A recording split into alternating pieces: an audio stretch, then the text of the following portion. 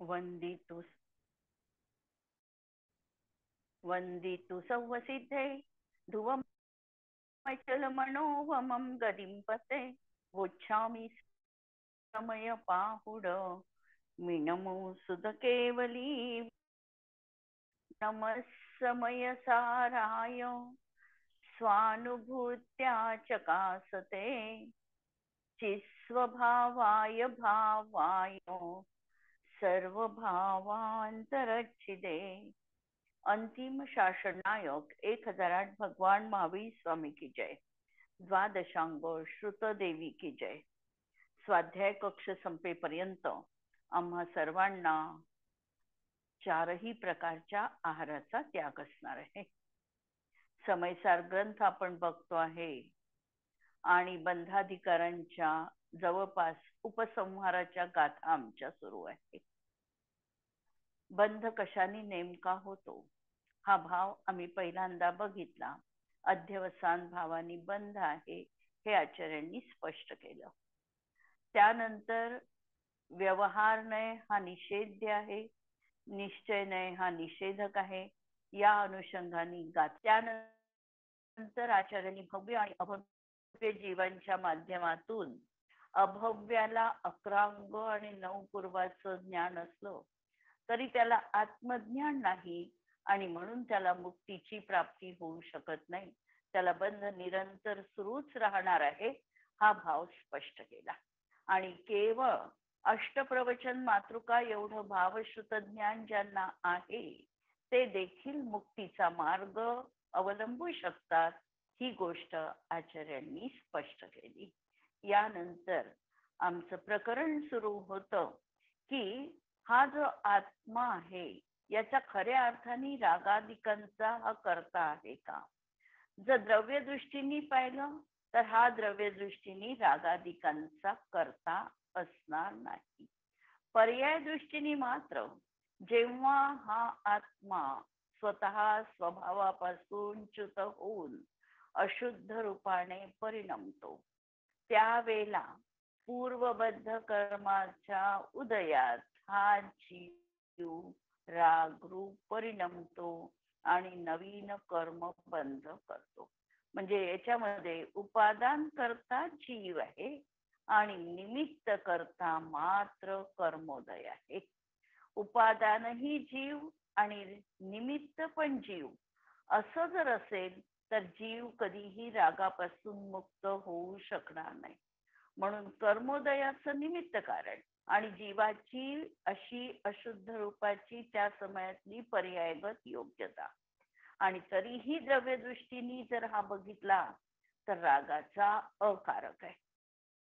कारण रागाचा याच्या त्रिकाली आत्मस्वभावामध्ये प्रवेशच नाही।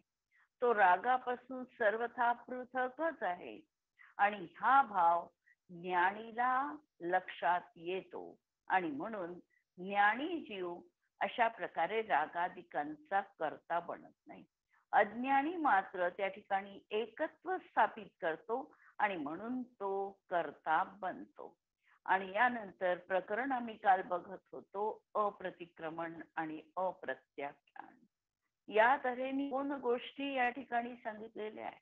अप्रतिक्रमण म्हणजे प्रतिक्रमण न करणं, अप्रत्याख्यान म्हणजे प्रत्याख्यान न करणं।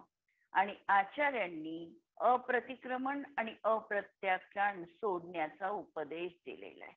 जेव्हा आचार अंगांच्या ग्रंथांमध्ये आम्ही बघतो मूलाचार सारखे ग्रंथ त्यावेळेला घडलेल्या दोषांबद्दल याला प्रतिक्रमण करावं लागतं।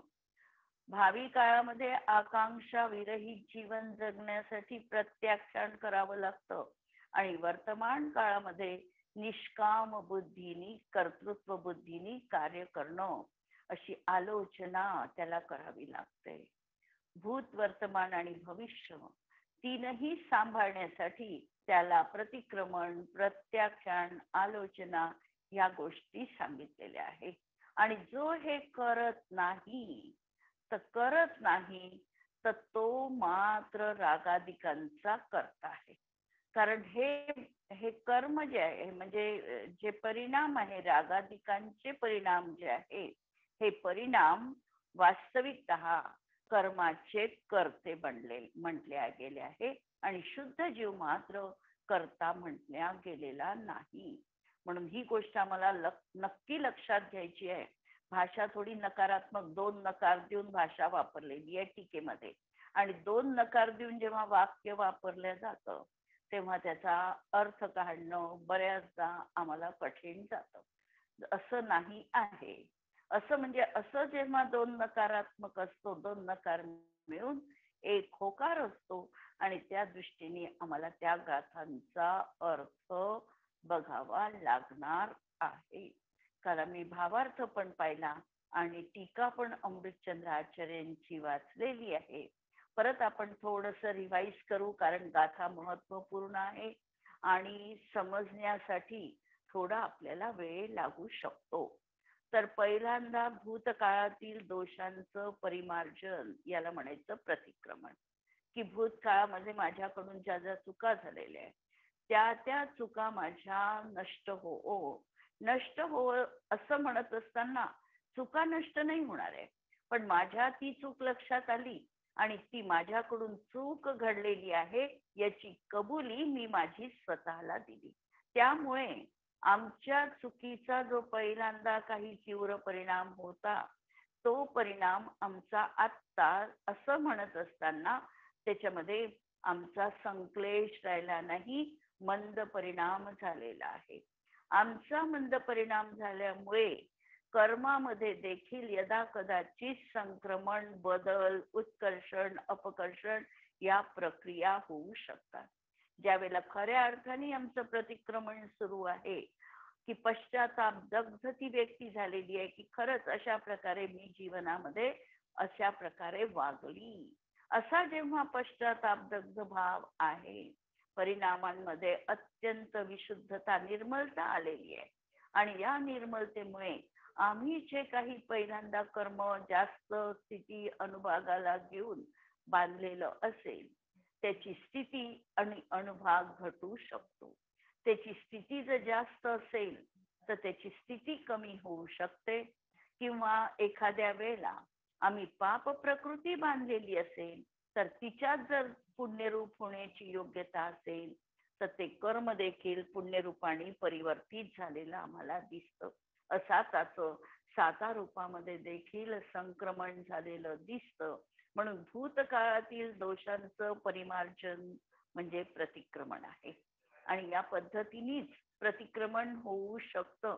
कारण भूतकाळ आमच्या हातातून निघून गेलेला आहे आणि ती चूक दुरुस्त कशी करायची, तर वर्तमान काळामध्ये माझ्याकडून ती चूक घडली, ती चूक मी परत करणार नाही अशा प्रकारचा भाव वर्तमान काळामध्ये करणं.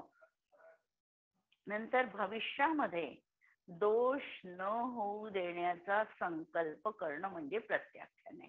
की आत्ता चूक तर माझी भूतकाळामध्ये घडलेली आहे, पण भविष्य काळामध्ये अशा प्रकारच्या चूक किंवा दोष माझ्याकडून घडणार नाही याचा संकल्प जेव्हा घेतला जातो तेव्हा त्याला प्रत्याख्यान म्हटल्या जातं.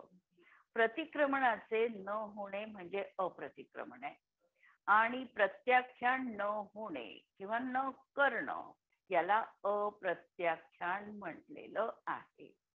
अप्रतिक्रमण म्हणजे जी चूक घडलेली आहे त्या चुकीचं परिमार्जन करणं प्रतिक्रमण आहे, आणि ती चूक घडली आहे म्हणजे त्याला काहीही न करणं, चूक घडली आहे तिकडे लक्षही न देणं हे अप्रतिक्रमण आहे, किंवा भविष्यामध्ये त्याग पण न घेणं हे अप्रत्याख्यान आहे.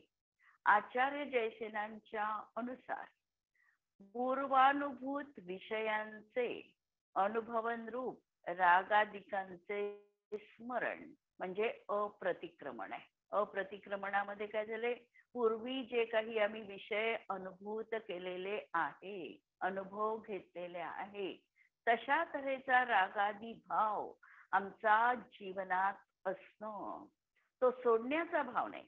आता भोग तर सुटले, ती पर्यायही निघून गेली, पण त्या पर्यायीच्या आठवणीमध्ये की मी असं सुख भोगलेलं होतं, अशा प्रकारची मी अशी क्रिया तिथे केली होती, त्यावेळेला मला तसा आनंद झालेला होता. या सगळ्या गोष्टी म्हणजे पूर्व अनुभूत विषयांमध्ये रागादिकांची प्रवृत्ती. साधं उदाहरण पहा. आज आम्ही एखाद्या कुठे हिल स्टेशनला जातो किंवा अनेक तीर्थयात्रेला जातो आणि हे जात असताना आम्ही ते सगळं वातावरण फोटोमध्ये बंदिस्त करण्याचा प्रयत्न करतो. म्हणजे आम्हाला असं वाटतं की आम्हाला हे परत परत पाहता आलं पाहिजे. ही जी काही आमची सुखद स्मृती आहे ती परत परत आमच्या लक्षात राहिली पाहिजे. तीर्थक्षेत्रांच्या बाबतीत हा भाव होणं हे गैर नाही. आमच्या भूमिकेत ते योग्य आहे की विषयांमध्ये रमण्यापेक्षा तीर्थक्षेत्रांच्या ठिकाणी मंदिरांमध्ये रममाण होणं हा भाव कथनचित उपादेय म्हटल्या जाऊ शकतो. पण होतं काय, ज्या ठिकाणी आम्ही अशा प्रकारचं वातावरण अनुभवलं जिथे आम्हाला इंद्रियजन्य सुखाची प्राप्ती झाली, तो क्षण आमच्यासाठी चिरस्थायी व्हावा असं मानून आम्ही तो वारंवार वारंवार अनुभवण्याचा प्रयत्न करतो. अर्थात हेच आमच्या जीवनातलं अप्रतिक्रमण आहे. लक्षात घ्या, आम्हाला वाटत नाही ही गोष्ट प्रतिक्रमण म्हणजे आमच्या बाहेरची आहे, अप्रतिक्रमणामध्ये गेलेली आहे, कारण आम्ही त्याचा त्याग केला नाही. वास्तविकता तो पर्याय पण निघून गेलेला आहे. तो समय पण आमच्या हातामध्ये राहिलेला नाही, परंतु आठवणीच्या रूपामध्ये तो क्षण आमच्या मनपटलावर इतका अमिट ठसा उमटवून गेलेला आहे की त्यामध्ये आम्ही वारंवार अनुभव घेतो आहे असं वाटतं आहे. हा आमचा अप्रतिक्रमणाचा भाव आहे. म्हणून जीवाचं कर्तव्य काय, ज्ञानी काय करेल, तर ज्ञानी विषयांच्या आनंदामध्ये अशा तऱ्हेने आसक्त होणार नाही. भूतकाळ माझ्या जीवनातून निघून गेलेला आहे. पूर्वरतानुस्मरण सल्लेखणीचा दोष सांगताना सांगितलाय की पूर्वी अनुभवलेलं ते अनुभवायचं नाही. आणि आम्ही आज इतक्या त्याच्या आहारी गेलो आहे की आम्ही तेच जतन करून पाहतो आहे. भूतकाळ आमच्या हातातून निसटला न पाहिजे असं आम्ही बघतो. पण आमच्या मुळे भूतकाळ राहणार आहे असं नाहीच आहे. तो तर निघणारच आहे आणि निघून गेला पण आहे. पण आम्ही मात्र अशा तऱ्हेचं अप्रतिक्रमण तिथे करतो आहे. हा भाव लक्षात घ्या. आणि हे झालं अप्रतिक्रमण. आणि भविष्यामध्ये होणाऱ्या रागादिकांच्या विषयांची आकांक्षा असणं हे अप्रत्याख्यान आहे. भावी काळामध्ये देखील आमचं किती प्लॅनिंग असतं, आज माझ्याजवळ असं नाही, मला या ठिकाणी अशा क्रिया करायच्या आहे, मला भविष्यामध्ये इथे जायचं आहे, मला या वस्तू भोगायच्या आहे, माझ्या जीवनात हे आनंदाचे क्षण आज नाही पण भविष्य काळात मी तसे करणार आहो. हा भाव जीवनात असणं हे अप्रत्याख्यान आहे. आणि अप्रत्याख्यान का त्याला म्हटलं आम्ही अप्रत्याख्यान, कारण तिथे आम्ही आकांक्षा केली आहे जी आमच्या हातात नाही आहे. आम्ही म्हणतो म्हणून ती क्रिया तशी होईल त्या क्षणी हेही आम्हाला निश्चित माहिती नाही. आमच्या जवळ प्लॅनिंग आम्ही वर्षागिनतीच करतो आहे, पण आमच्या जवळ किती श्वास आहे हेही आम्हाला ज्ञात नाही. म्हणून आमचं भावी काळामधलं सुद्धा ही जी काही आकांक्षा रूप परिणती आहे, परद्रव्याचा संग्रहण करण्याची जी आमची प्रवृत्ती आहे की आज नाही भविष्य काळात, आज नको पण त्याच्यासाठी, अशी जी आमची मनोवृत्ती आहे हे म्हणजे अप्रत्याख्यान आहे. आणि आगमामध्ये अप्रतिक्रमण आणि अप्रत्याख्यानाला सोडण्याचा उपदेश आहे. जे काल आपल्या पाहिलं की अप्रतिक्रमण आणि अप्रत्याख्यान याचा उपदेश आहे. म्हणजे हे सोडायला पाहिजे आणि प्रतिक्रमण आणि प्रत्याख्यान करायला पाहिजे, हा आगमामध्ये उपदेश आलेला आहे. आणि प्रतिक्रमण म्हणजे अप्रतिक्रमण म्हणा, अप्रत्याख्यान म्हणा, द्रव्य आणि भाव या भेदाने दोन दोन प्रकारचे आहे. आणि आचार्य जयसेनांनी खास करून ही गोष्ट सांगितली की अप्रतिक्रमण आणि अप्रत्याख्यानच कर्माचे कर्ते आहे. म्हणजे कर्म कोणामुळे बांधलं जातं, तर अप्रतिक्रमण आणि अप्रत्याख्यानामुळे कर्मबंध होतो आहे. जसं अध्यवसान भावानी कर्मबंध होतो हे सांगितलं, त्याप्रमाणे अप्रतिक्रमण आणि अप्रत्याख्यान हेच कर्माचे कर्ते आहे. ज्ञानी जीव मात्र अशा तऱ्हेच्या क्रिया करत नाही आणि म्हणून तो कर्ता बनत नाही. आणि जर जीव करता असेल तर त्यावर नित्य कर्तृत्वाचा प्रसंग येईल. आणि म्हटलं आम्ही की हा आत्मा कर्माचा करता आहे, तर आत्मा नित्य आहे आणि म्हणून तो या रागादिकांचा नित्य करता बनेल, म्हणून नित्य कर्तृत्वाचा प्रसंग येईल. कारण जीव तर सदैव विद्यमान आहे आणि रागादी विकार रूप अप्रतिक्रमण आणि अप्रत्याख्यान हे मात्र अनित्य आहे. कारण हे काही काळापर्यंत राहणार आहे, बदलणार आहे, दुसरे होतील, हे मात्र अनित्य आहे आणि म्हणून नेहमी असत नाही. आणि म्हणून स्वस्थ भावांपासून च्युत होणाऱ्या जीवांनाच रागादी भाव होतात. स्वस्थ भावांपासून च्युत होणारा अप्रतिक्रमण आणि अप्रत्याख्यान रूपाने परिणमतो. जो स्वतःच्या आत्मस्वभावामध्ये स्थित राहत नाही, पराचं लक्ष करतो, तो अप्रतिक्रमण आणि अप्रत्याख्यान रूपाने परिणमतो. तेव्हा तो कर्माचा कारक बनतो, म्हणून तो कर्माचा कर्ता म्हटला जातो, तो रागादिकांचा कर्ता म्हटला जातो. आणि जो स्वस्थ भाव रूप आहे तो मात्र असा आत्मा हा अप्रतिक्रमण आणि अप्रत्याख्यानाचा अकारक आहे. तो कारक बनत नाही, त्याला कर्ता म्हणता येत नाही. आत्मा स्वभावाने रागादिकांचा अकारकच आहे.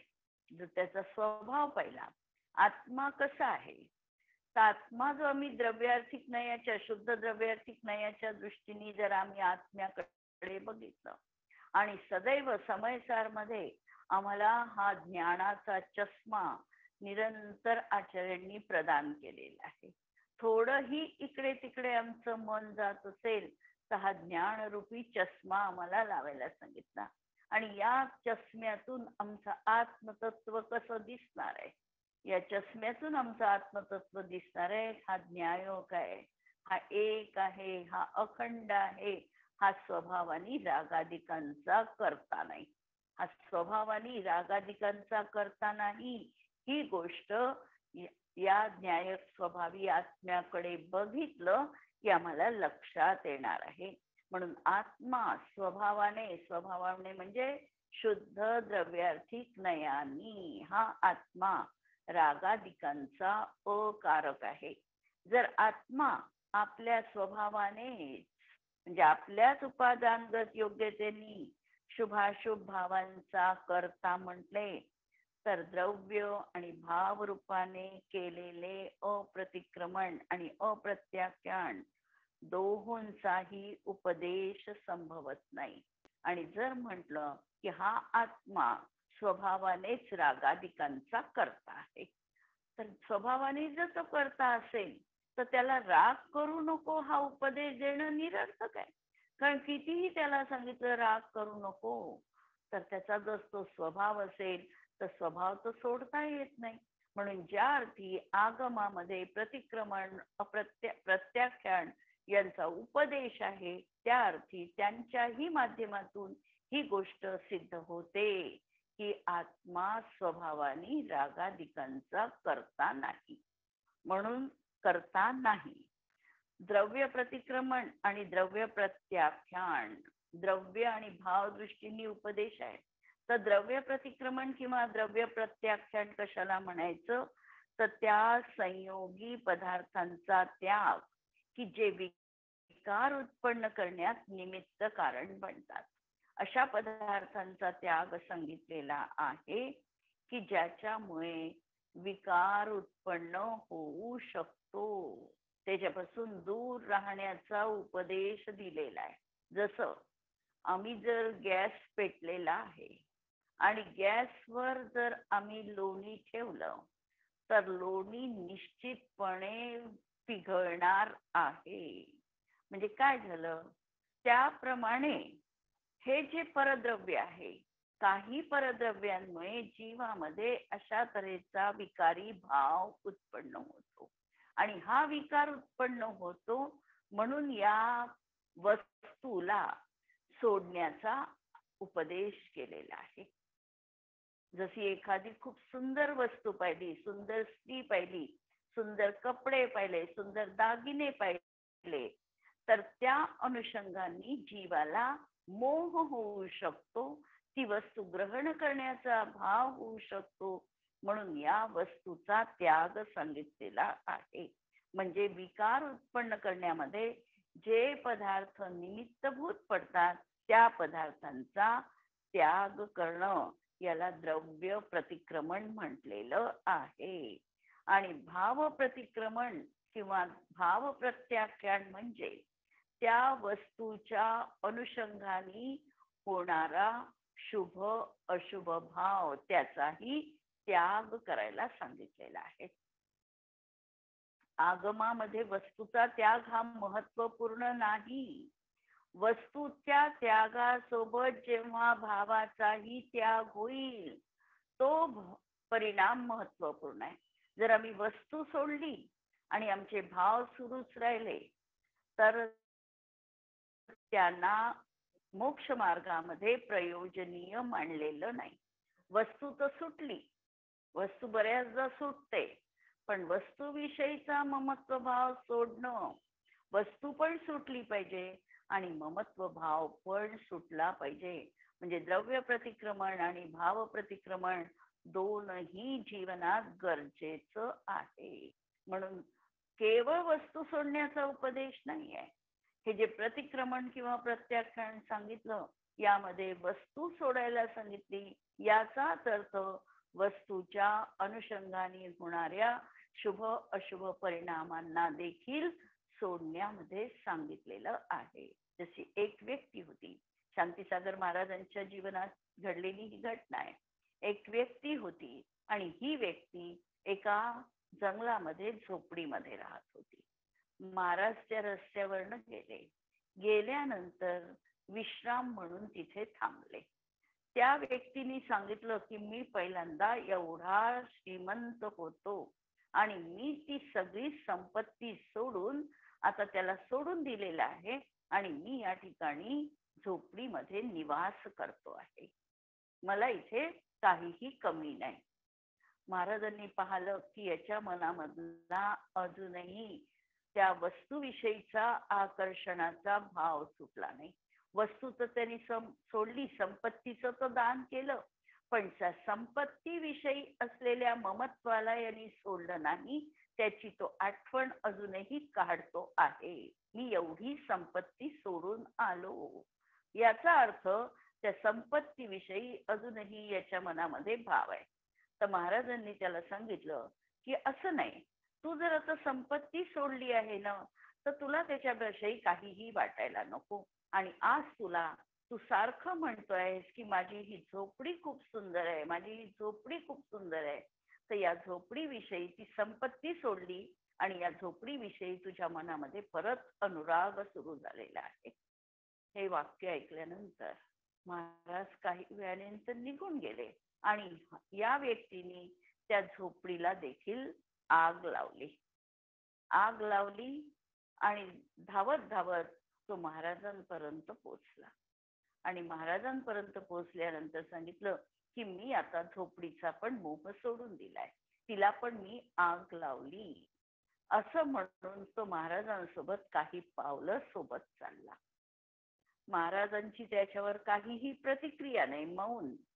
थोडं गेल्यानंतर तो त्या व्यक्तीला राहवलं नाही आणि ती परत म्हणायला लागली, मी झोपडीला आग लावली पण काहीही म्हणा, माझी झोपडी होती मोठी सुंदर. आता हे जेव्हा माझी झोपडी होती मोठी सुंदर, वस्तू सुटली, पण वस्तूविषयीचा जो आपलेपणाचा भाव होता हा मात्र सुटला नाही. म्हणून आगमामध्ये द्रव्य प्रतिक्रमण सांगितलं तर वस्तू तर सोडायचीच आहे, पण वस्तूविषयीचा आपलेपणाचा भाव पण आमचा सुटला पाहिजे, तर ते खऱ्या अर्थाने मोक्ष मार्गामध्ये प्रयोजनीय असणार आहे. म्हणून इथे द्रव्य प्रतिक्रमण, द्रव्य प्रत्याख्यान, बाह्य वस्तू आणि भाव प्रतिक्रमण, भाव प्रत्याख्यान म्हणजे शुभाशुभ परिणामांचा, विकल्पांचा त्याग.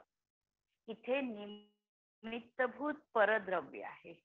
परद्रव्य हे निमित्त आहे आणि त्याचं लक्ष करून होणारे विकारी भाव जे काही आहे ते नैमित्तिक आहे. परद्रव्य निमित्त रूप आहे आणि परद्रव्याला लक्ष केलं, परद्रव्यांकडे मी जाणीवपूर्वक बघितलं, त्यावेळेला माझ्या अंतरंगामध्ये जे भाव निर्माण झाले हे भाव नैमित्तिक आहे.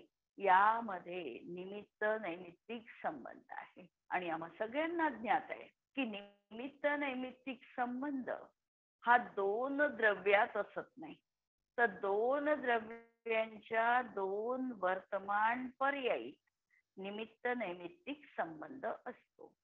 म्हणून अशा तऱ्हेचा हा निमित्त नैमित्तिक संबंध आणि दोन्ही हे भाव आत्मस्वभावापासून भिन्न आहे. निमित्त परद्रव्य पण भिन्न आहे आणि त्या परद्रव्याच्या अनुषंगाने होणारा राग भाव हा पण आत्म्यापासून भिन्न आहे.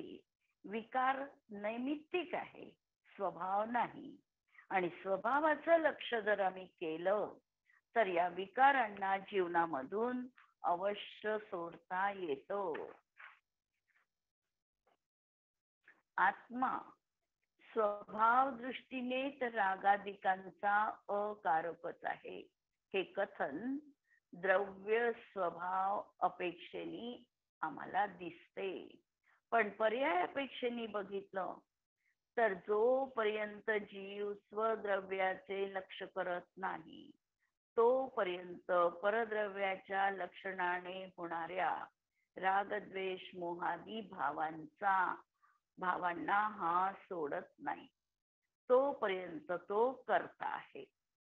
निमित्तरूप परद्रव्याला सोडणं याचा अर्थ परद्रव्याच्या लक्षाने होणाऱ्या विकारांना सोडणं. आगमामध्ये जो उपदेश आहे की तुम्ही वस्तूचा त्याग करा, वस्तू कमीत कमी ग्रहण करा, तर वस्तू कमीत कमी ग्रहण करणं याच्यामध्ये अनंत वस्तूंची जी परिधी रागद्वेषाच्या मालिकेत आम्ही स्वतःची गुंफलेली होती, त्याच्याशी आम्ही आत्मीयतेचं नातं जोडलेलं होतं, त्यापासून त्या परिधीला छोटी छोटी करत करत आम्हाला जेवढं आवश्यक आहे तेवढ्याचा संचय आणि तेवढ्यामध्येच आम्ही गुंतलो तरी अनंत पर्यायींच्या मोहापासून आम्ही वाचू शकणार आहे. म्हणून त्या होणाऱ्या विकारांना सोडणं, परद्रव्याच्या निमित्ताने रागादी भावातील एकता सोडणं आणि स्वस्वभावामध्ये एकता करणं हेच खऱ्या अर्थाने प्रतिक्रमण आणि प्रत्याख्यान असणार आहे. म्हणून प्रतिक्रमणाचं आणि प्रत्याख्यानाचं स्वरूप या ठिकाणी मला वाटतं स्पष्ट झालं असेल. आणि या ठिकाणी तात्पर्य वृत्तीमध्ये म्हणजे जयसेन आचार्यांच्या टीकेमध्ये बंधाधिकार समाप्त झालेला आहे आणि बंध दूर करण्यासाठी कशी भावना ठेवली पाहिजे ही गोष्ट ते विशेष रूपाने सांगतात. आहे अत्यंत महत्वाचं की त्यांचा बंधाधिकार अमृतचंद्र आचार्यांचे दोन गाथा, कुंद कुंद भगवंतांच्या दोन गाथा येणार आहे, त्यानंतर अमृतचंद्र आचार्यांचे कलश आहे आणि तेव्हा हा आत्मख्यातीतील बंधाधिकार संपणार आहे. पण तात्पर्य वृत्तीमधला बंधाधिकार या गाथेपाशी संपलेला आहे. आणि बंधापासून जर आम्हाला दूर राहायचं असेल तर आम्हाला भावना कशी भावायची हे आचार्य जयसेनांनी तात्पर्यवृत्ती टीकेमध्ये सांगितलेलं आहे. काय लिहितात ते, तर मी सहज शुद्ध ज्ञानानंद एक स्वभाव रूप आहे. मी निर्विकल्प आहे, मी उदासीन आहे, मी निरंजन शुद्ध सम्यक दर्शन ज्ञान अनुष्ठान रूप. चारित्र शब्द नाही वापरला त्यांनी, अनुष्ठान. अनुष्ठानामध्ये क्रियेचं सातत्य असतं. एखाद्या गोष्टीचं जेव्हा आम्ही अनुष्ठान मांडतो तर विशिष्ट काळामध्ये ती गोष्ट सातत्याने त्या समयात त्या जागेवर त्याच पृष्ठभूमीमध्ये येऊन करणं याचं नाव आहे अनुष्ठान. अनुष्ठान आणि चारित्र याच्यामधला फरक लक्षात घ्या. चारित्र हाही तसाच भाव आहे, पण या ठिकाणी अनुष्ठान शब्द वापरलेला आहे त्यांनी. दर्शन ज्ञान अनुष्ठारूप निश्चय रत्नत्रयात्मक निर्विकल्प समाधीने उत्पन्न वीतराग सहज आनंद रूप अवस्थावाला असा मी आहे. मी कसा आहे तर हा जो आम्ही एक तर ध्यानामध्ये देखील आम्ही हे चिंतन करू शकतो आणि बंधाधिकाराच्या या शेवटच्या ज्या काही ओळी आहे या आम्हाला आमच्या अंतःकरणामध्ये धारण करायच्या आहे. म्हणून मी सहज शुद्ध ज्ञानानंद एक स्वभाव रूप आहे, मी निर्विकल्प रूप आहे, मी उदासीन आहे, मी निरंजन शुद्ध सम्यक दर्शन ज्ञान अनुष्ठान रूप निश्चय रत्नत्रयात्मक निर्विकल्प समाधीने उत्पन्न वीतराग सहज आनंद स्वभाव रूप अवस्था रूप आहे. मी राग द्वेष मोह क्रोध मान माया लोभ पंचेंद्रिय विषय व्यापार मन वचन कायेचे व्यापार भावकर्म द्रव्यकर्म नो कर्म ख्याती लाभ पूजा दृष्ट श्रुतानुभूत भोगाकांक्षा रूप निदान माया मिथ्यात्व रूप तीन शल्य आणि सर्व विभाव परिणामांनी रहित शुद्ध आहे. शुद्ध निश्चयाने मी सर्व तीन लोक तीनही काळात मन वचन काय कृतकारित अनुमोदनेने शुद्ध आहे अशी भावना निरंतर जीवनात करायला सांगितलेली आहे. आणि हाच आम्ही प्रयोग बंधाधिकाराच्या अंतिम तात्पर्यवृत्तीच्या टीकेच्या अनुषंगाने आम्ही करू शकतो की हे जे काही सांगितलेलं आहे हे शब्द विसरले तर चालतील, पण शब्दांच्या माध्यमातून जे आमचं त्रिकाली आत्मतत्वाचं उद्बोधन संबोधन आचार्यांनी केलेलं आहे ते मात्र आमच्या हृदयाला स्पर्श करून गेलं पाहिजे. आचार्यांचे शब्द आम्ही म्हणतो ना एखाद्याचे शब्द आम्हाला मर्मी लागतात, तसे हे शब्द आम्हाला आमच्या मर्मीत ठेवले पाहिजे, जतन केले पाहिजे. यालाच आम्ही मर्मबंधातील ठेव असंही म्हणू शकतो की हे जे काही आहे हे निरंतर माझ्या या हृदयाच्या पेटीमध्ये मला असं बंदिस्त करायचं आहे आणि याची निरंतर निरंतर या अनुभूतीमध्ये मला रममाण व्हायचं आहे. ही भावना या बंधाधिकाराच्या शेवटी जयसेन आचार्यांनी व्यक्त केली आहे. यानंतर पुढचा भाग आपण सोमवारला बघू. जिनवाणी के ज्ञान ते सूझे लोकालोक सो जिनवाणी मस्तक नमो सदा देत हूँ को. नमो अरिहंताणम नमो सिद्धाणम नमो आयर्याणम नमो वज्रायाणम नमो लोये सवसाहुणम. सर्वांना जय जिनेंद्र.